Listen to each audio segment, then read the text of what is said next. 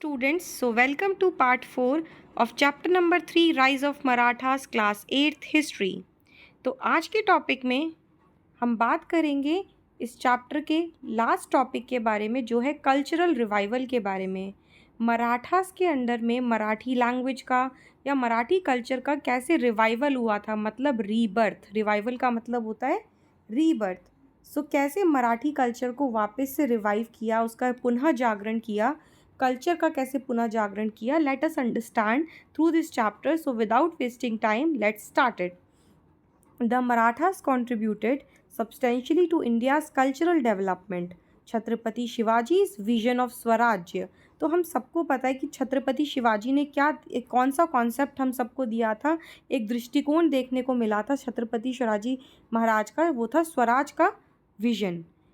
स्वराज का मतलब था सेल्फ रूल, मतलब मराठी कल्चर का, मराठी लोगों का अपना खुद का राजनीतिक और एवं सांस्कृतिक राज्य। Is evident in his seal, ये हमें उसके सील में देखने को मिलता है छत्रपति शिवाजी के, which carries a Sanskrit inscription, a notable departure from the prevalent Persian seals. तो यहाँ इन्होंने फारसी की जगह पर कैसे संस्कृत के इंस्क्रिप्शंस वाले सील मतलब जो कि एक तरीके की उस समय के जो राज्य होते थे वो किसी भी चीज़ पर अपनी मोहर देते थे, तो उसको हम क्या बोलते हैं, सील बोलते थे। तो उन्होंने संस्कृत में अपनी सील्स क्या करी, बनवाई। This seal of Chhatrapati Shivaji the son of Shahaji, waxing like the new moon, revealed by world and reign for the welfare of the people. So इसमें लिखा हुआ है, दिस सील की जो अथॉरिटी है वो of Chhatrapati Shivaji the son of Shahji, वो जो कि किसकी तरह चमकते हैं, सूर्य मून की तरह चमकते हैं, जिनकी वर्ल्ड क्या है, बहुत ज़्यादा रिस्पेक्ट करता है, revered by the world and reigns of welfare, जो कि किसके वेलफेयर के लिए काम करते हैं, ये काम करते हैं लोगों के वेलफेयर के लिए। तो ये जो सील है ये छत्रपति शिवाजी महाराज की अथॉरिटी से किसके बारे में बात कर रही है, शाहजी, जो उनका सन है शाहजी, उनके बारे में बात कर रही है। ठीक है, शिवाजी के दो बेटे थे बेटा, एक ठीक है शाहजी एंड शाहजी। सो हम आगे बात कर लेते हैं इस चैप्टर में। छत्रपति शिवाजी ऑल्सो कमीशन्ड अ ट्रिटाइज कॉल्ड राज्य व्यवहार कोश। तो छत्रपति शिवाजी ने एक ट्रिटाइज मतलब एक ग्रंथ लिखवाया था। ट्रिटाइज का मतलब क्या होता है, एक ग्रंथ लिखवाया था जिसका नाम था राज्य व्यवहार कोश। अब इसका एम क्या था, क्योंकि ज़्यादातर जो भी बातचीत होती थी पॉलिटिक्स में, वो कौन सी भाषा में होती थी, सबसे पहले वो सिर्फ पर्शियन भाषा में होती थी। कौन सी भाषा में होती थी बेटा, पर्शियन भाषा में होती थी, क्योंकि मुग़ल वगैरह उसी लैंग्वेज को यूज़ करते थे, पर्शियन को यूज़ करते थे। बट इस राज्य व्यवहार कोश में फ़ारसी के शब्दों की जगह किसके शब्दों को, जो उसके इक्विवेलेंट संस्कृत के वर्ड थे, उनको यूज़ किया गया। सो इसका एम था promoting the Marathi language. It provided Sanskrit equivalents for prevalent Persian word used in diplomatic exchange, as a result of which the percentage of foreign loan words in Marathi diplomacy decrease considerably. मतलब जो पहले फ़ारसी के शब्दों को प्रयोग करते थे, पर्शियन शब्दों का जो प्रयोग करते थे, अब वो धीरे धीरे कर जो राजभाषा थी उसमें किसका यूज़ होने लगा, संस्कृत का ज़्यादा यूज़ होने लग गया और पर्शियन का कम यूज़ होने लग गया। तो यहाँ पर ऊपर का एरो दिखाता है ज़्यादा और नीचे का एरो दिखाता है कम। और जो लोन में मतलब जो हम as a word loan words मतलब जो हमने वहाँ से बाहर से लिए थे, अब उनको डिप्लोमेटिकली क्या कर दिया था, डिक्रीज़ कर दिया था यूज़ करना। Chhatrapati Shivaji was a devote Hindu who respect other religions while upholding his own. वो अपने धर्म को बहुत ज़्यादा रिस्पेक्ट करते थे, उसको बढ़ावा देते थे, पर वो ऐसा नहीं करते थे, वो दूसरे के धर्मों को भी बराबरी से रिस्पेक्ट देते थे। His saffron coloured flag was adopted by all Marathas. उन्होंने किस रंग के ध्वज मतलब फ्लैग को चूज़ किया, सैफरन मतलब जो हमारा ऑरेंज कलर का फ्लैग होता है उसको उन्होंने चूज़ किया। ही रीबिल्ट डेसिक्रेटेड टेम्पल्स। जिन टेम्पल्स को डेसिक्रेटेड मतलब जो टेम्पल्स तोड़ दिए गए थे, है ना, औरंगज़ेब के टाइम पर, मुग़लों के टाइम पर, उनको वापस से रीबिल्ट, उसको वापस से बनवाया। Promoted Sanskrit and Marathi literature. जो भी जो काव्य थे, जो लिटरेचर था संस्कृत और मराठी में, उसको ज़्यादा से ज़्यादा प्रमोट किया। Religious institutions and traditional arts को भी उन्होंने क्या किया, बहुत ज़्यादा प्रमोट किया। जैसे कि मंदिर जो थे, रिलीजियस इंस्टीट्यूशंस क्या हो गए, मंदिर, मठ, इस तरीके की चीज़ों को उन्होंने ज़्यादा बढ़ावा दिया। ट्रेडिशनल आर्ट जो थी, चाहे वो कपड़ों पे रिलेटेड आर्ट कह लो या दीवारों पे रिलेटेड पेंटिंग्स वगैरह को कह लो, उस वापस से ट्रेडिशनल आर्ट को उन्होंने क्या किया, प्रमोट किया। But perhaps he contributed most of the revival of ancient Indian culture and values by giving people a demonstration that mighty kingdoms and empire could be defeated. So he contributed most to the revival of ancient Indian culture. उन्होंने ancient Indian culture को वापस से revive करने में बहुत बड़ा योगदान दिया। Values by giving people a demonstration mighty kingdom and empire could be defeated, and the Marathas could maintain, expand and administration and empire of their own. उन्होंने ये कैसे इस्टेब्लिश किया कि वो मुग़लों को क्या करके भी, मतलब उनके ऊपर, मतलब उनसे जीत हासिल करके अपना खुद का एम्पायर, अपना खुद का किंगडम, एक इंडिपेंडेंट मराठा किंगडम को इस्टेब्लिश कर सकते हैं, ऐसा उन्होंने लोगों को दिखाया और उन्होंने अपने कल्चर को भी रिवाइव किया। अब कुछ इंपॉर्टेंट पर्सनालिटीज़ आ जाती हैं बेटा मराठा कल्चर को रिवाइव करने में। One is Tarabai. ताराबाई के बारे में जान लेते हैं। She was A fearless Maratha warrior queen. ये किसकी वाइफ थी? जो राजा राम था ना, जो छावा का छोटा भाई था। कौन? राजा राम। छावा मतलब कि संभाजी भोसले, जो संभाजी जो थे, उनके छोटे भाई, जो संभाजी के प्रिजन में जाने के बाद जो जिनको कॉरोनेट किया गया था, राजा राम, उनकी वाइफ थी ये राजा राम की। She was a fearless Maratha warrior queen who ruled in the early 18th century. She was ruling in the early 18th century after the death of her husband Raja Ram, really, realizing that the presence of Aurangzeb and the Mughal army in the Deccan, North India was unprotected. She organized large Maratha armies. उन्होंने पता था कि औरंगज़ेब जो है वो क्या है, दक्कन पर अपनी आंखें गड़ाकर बैठा है और नॉर्थ इंडिया भी अनप्रोटेक्टेड है। तो उन्होंने मराठा आर्मी को क्या किया, लार्ज मराठा आर्मी को सेंड करा। कहाँ?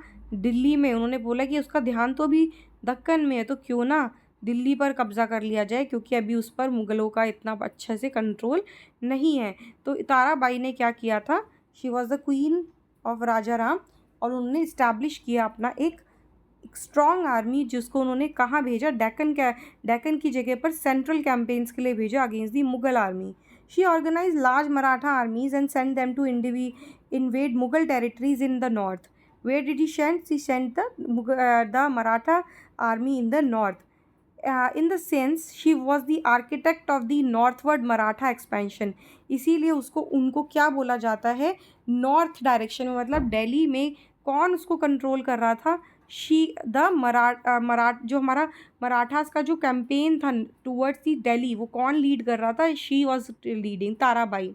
हर sense of military strategy and her tenacity outsmarted the Mughal Empire and preserved Maratha independence during the critical period. और जब ऐसा समय, जब शाहजी जो संभाजी को प्रिजन हो गया, राजा राम की डेथ हो गई, तो इस टाइम पर उन्होंने स्टेबिलिटी प्रोवाइड करी मुग़ल एम्पायर को, मराठा एम्पायर को। So Ahilya Bai Holkar was the next women, she belongs to Holkar dynasty, chief family Maratha, ये भी एक चीफ फैमिली थी, मराठा चीफ फैमिली थी नॉर्थ इंडिया में 18th century में। This dynasty ruled the kingdom of considerable extent. ये मध्य प्रदेश रीजन में, इंदौर रीजन में रूल करती थी, वहाँ की क्वीन थी ये। Around present day Indore, even after losing her husband and son, she bravely govern the state for 30 years। उन्होंने 30 साल तक अकेले बिना अपने हस्बैंड और बेटे के एडमिनिस्ट्रेशन को रन किया।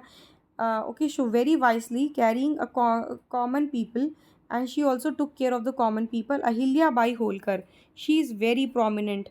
Ahilya Bai was a devout person who restored hundreds of temples. इन्होंने बहुत सारे temples को rebuild करवाया, ठीक है। temples, Ghats, wells, roads throughout India, from Kedarnath in the north to Rameswaram in the south। Kedarnath से लेकर रामेश्वरम तक इन्होंने क्या किया, वापस से रिकन्स्ट्रक्ट करवाया। तो यहाँ पर आपको अहिल्या बाई का राइट हैंड साइड में एक फ़ोटोग्राफ भी मिल जाएगा देखने के लिए। Okay, so most famously she rebuild Kashi Vishwanath temple, जो आज काशी विश्वनाथ टेम्पल कॉरिडोर जो आप देखते हैं, बहुत बड़ा टेम्पल है वाराणसी में, जिसको औरंगजेब ने डिस्ट्रॉय किया था. She was reconstructed this Kashi Vishwanath temple. The Somnath temple was also reconstructed in Gujarat, जिसको 17 टाइम्स अटैक किया था महमूद गजनी ने. Had Ahilyabai Holkar is also credited with promoting the Maheshwar weaving industry in Madhya Pradesh. इन्होंने महेश्वर वीविंग इंडस्ट्री को भी स्टैब्लिश किया. Revitalizing traditional handloom craft and continue. इन्होंने handlooms मतलब हाथ से जो धागा बनाने की जो जो कपड़ा बनाने की जो तकनीक होती है उसको भी वापस से क्या किया, रिवाइव किया, कंटिन्यू किया, जो कि बहुत इम्पॉर्टेंट एक योगदान था. The Modi script a cursive form of Devanagari was the main script used in the Marathas for their correspondence. तो ये जो देवनागरी की ही करस्पॉन्डेंस लैंग्वेज है, मोडी स्क्रिप्ट, इसको ये यूज़ करते थे. A sample of Chhatrapati Shahu Maharaj hand writing in the Modi script. ये मोडी स्क्रिप्ट को यूज़ कर रहे हैं लिखने के लिए. Chhatrapati Shivaji example continued to inspire his successor. Chhatrapati Shivaji के जो सक्सेसर्स थे उनको क्या था, शिवाजी का जो विजन था स्वराज्य का, वो कंटिन्यू रहा उनके सक्सेसर्स में भी. For instance the Bhosle of Nagpur, ये एक दूसरा, जैसे भोसले थे ना, तो नागपुर में भी एक भोसले थे. Emerged as enthusiastic supporters of local culture and tradition. तो ये नागपुर के जो भोसले थे इन्होंने भी ट्रेडिशनल कल्चर को प्रमोट किया.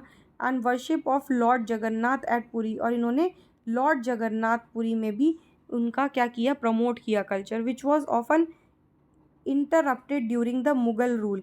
और इसको मुगल रूल के टाइम पे बहुत ज़्यादा इंटरप्ट किया गया था, रोका गया था, बट फिर भी इन्होंने वापस से रिवाइव किया. with support of Marathas, but perhaps most impressive contribution came from a few remarkable Maratha women. Let us hear about two of them. See page 77. तो ये वही है, ताराबाई और अहिल्याबाई के बारे में जो आपको बताया गया है, अहिल्याबाई होलकर के बारे में. नाउ तंजावुर इतना इम्पॉर्टेंट क्यों हो गया था उसके बारे में जान लेते हैं. साउथवर्ड देखते हैं क्या चल रहा था. हमें पता है कि राजा राम और शाहू जी के समय पर किसको उन्होंने कम्प्लीटली, पेशवास के समय पर उन्होंने साउथ इंडिया को कम्प्लीटली अपने कंट्रोल में कर लिया था मराठास ने. So another example of cultural Ekoji and half brother of Chhatrapati Shivaji conquered the Thanjavur region. Ekoji ने क्या किया, जो कि छत्रपति शिवाजी के आधे भाई थे, उन्होंने क्या किया, तंजावुर रीजन को कंट्रोल किया. एक तरीके से वहाँ पर मराठा रूल आ गया in the present day Tamil Nadu in the late 17th century, marking the beginning of Marathas. इसको मराठास की साउथ में शुरुआत माना जाता है. The Thanjavur Marathas specially help create a syncretic culture that was rich in full of innovation. इन्होंने एक तरीके का मिक्स कल्चर इनोवेट किया जो कि मराठा और मिक्स था किसका, तमिल कल्चर का. Rich in their great patrons of art and इन्होंने संरक्षण दिया, पैटर्नेज दिया to the rulers themselves, poets and dramatist को. मतलब जो लोग नाटक करते थे, पोएम लिखते थे, जो इस तरीके के आर्ट्स में या फिर किसी भी तरीके की एक तरीके से किसी भी तरीके की स्किल्स में जो इंक्लूड थे उनको और ज़्यादा ये लोग क्या करते थे, पैट्रोनेज देते थे. A traditional Thanjavur style painting featuring dedicate gold foil work that lands in a rich radiant appearance. यहाँ पर देखिए आपको गोल्ड फॉइल के थ्रू पेंटिंग्स प्रोवाइड करी गई हैं. Style flourishing under the patronage of Marathas. ये शिव जी की पूरी फैमिली का फोटोग्राफ यहाँ पर दिया हुआ है जिसमें गणेश जी भी दिख जाएंगे आपको. सो चलते हैं, लेट्स एक्सप्लोर में. Have you heard the dance of Bharatanatyam? Did you know this dance form has a deep connection with the Marathas? Can you find out? तो आप क्या बता सकते हैं कि कैसे जो थे ये, क्योंकि कैसे कनेक्टेड है मराठा से. All of all the Thanjavur Maratha rulers the contributions of the Sarfoji second as the most notable. तो कान्होजी के बाद कौन थे important? Sarfoji. Okay, so Sarfoji was an important personality. He was well versed in many Indian and European languages. Wrote Marathi play named Devendra Kuravanji. इन्होंने देवेंद्र कुरावांजी नाम का एक play लिखा था. where he described world geography in detail as we know at the time. इन्होंने world geography को बहुत अच्छे से डिस्क्राइब किया है इस बुक में। Sarfoji patronize many talented musicians, and it was during his time that modern carnatic music किसको कहते हैं, जो कि हमारा ईस्ट साइड वाला, मतलब ईस्ट साइड वाला जो म्यूज़िक है उसको बहुत ज़्यादा प्रमोट किया। As did the early stages of famous classical dance form of Bharatanatyam, और इन्होंने भरतनाट्यम को बहुत ज़्यादा प्रमोट भी किया था। ये मराठी इंस्क्रिप्शन है बृहदेश्वरा टेम्पल के वॉल पर, recording the history of Bhonsle family. तो ये तंजावुर की जो भोंसले फैमिली थी उसकी हिस्ट्री को रिकॉर्ड करता है बृहदेश्वरा टेम्पल में। बृहदेश्वरा टेम्पल कहाँ है बेटा, ये तमिलनाडु में है। Sarfoji was quite interested in medicine and establish the Dhanvantari Mahal. Sarfoji ने सिर्फ आर्ट एंड लिटरेचर को नहीं पैटर्न किया, बल्कि उन्होंने एक मेडिकल क्या किया, मेडिसन का एक लैब भी ओपन करवाया जिसको धन्वंतरी महल बोला गया। और ये क्या था, free treatment of diseases using both Indian and western medicine. यहाँ पर इंडियन और वेस्टर्न मेडिसन को किसने इंट्रोड्यूस करवाया, सरफोजी ने। He also started printing press, उन्होंने प्रिंटिंग प्रेस को स्टार्ट किया। The first such example India was the first such example in India by a native ruler, पहली बार किसी नेटिव रूलर ने प्रिंटिंग प्रेस स्टार्ट कराई। He got the history of Bhosle family inscribed on the walls of Brihadeeswara temple, जिसका picture अभी यहाँ पे दिखाया मैंने आपको। At Thanjavur is the capital of these Bhosle family ruling in the Tamil Nadu region, which is one of the largest single inscription in India. सबसे लंबी अभी तक की इंस्क्रिप्शन मिली है। अ रिकॉर्ड ऑफ पोस्टरिटी, मतलब ये राजशाही का एक मतलब बहुत राजाओं का एक लंबा सा इतिहास हमें देता है। कौन सा, बृहदेश्वरा टेम्पल का ये inscription. The cultural environment of Thanjavur व मल्टीलिंगुअल, जो तंजावुर का कल्चरल इन्वायरमेंट था वो क्या था, मल्टीलिंगुअल था, जिसमें मिक्स था Tamil culture, Telugu culture and other forms, जैसे कि मराठी को भी इसमें इंट्रोड्यूस किया गया। तो ये मल्टीलिंगुअल मतलब बहुभाषीय कल्चर था जो तंजावुर का कल्चर था। मराठा लेगेसी पे आ गए हैं। The Maratha rule challenges Mughal dominance, मराठाओं ने मुगलों को तो चैलेंज किया ही। Establish the largest Indian empire before the British, उन्होंने सबसे बड़ा एम्पायर ब्रिटिशर से पहले इस्टेब्लिश किया। Controlling much of central and north India, south को तो उन्होंने किया था, सेंट्रल एंड नॉर्थ इंडिया को भी किया। दे setup new ways of governing and efficient administration, उन्होंने इस्टेब्लिश किया, जैसे अष्टप्रधान हो गया, या एक तरीके से अगर हम बोले पूरा का पूरा जुडिशियल सिस्टम, जिसको हमने पिछले वीडियोस में डिस्कस किया। अगर वो वीडियोस आपने नहीं देखी हैं तो प्लीज़ देख लीजिए और चैनल को कर दीजिए सब्सक्राइब। अगर आप चाहते हैं मेरी और वीडियोस आते रहें तो प्लीज़ बेटा सब्सक्राइब करिए, चैनल को ज़्यादा से ज़्यादा सब्सक्राइब करिए, अपने दोस्तों के साथ शेयर करिए। Also revive the local Hindu traditions without religious discrimination, उन्होंने हिंदू टेम्पल्स को बढ़ावा दिया बट रिलीजन को कभी भी बीच में नहीं आने दिया।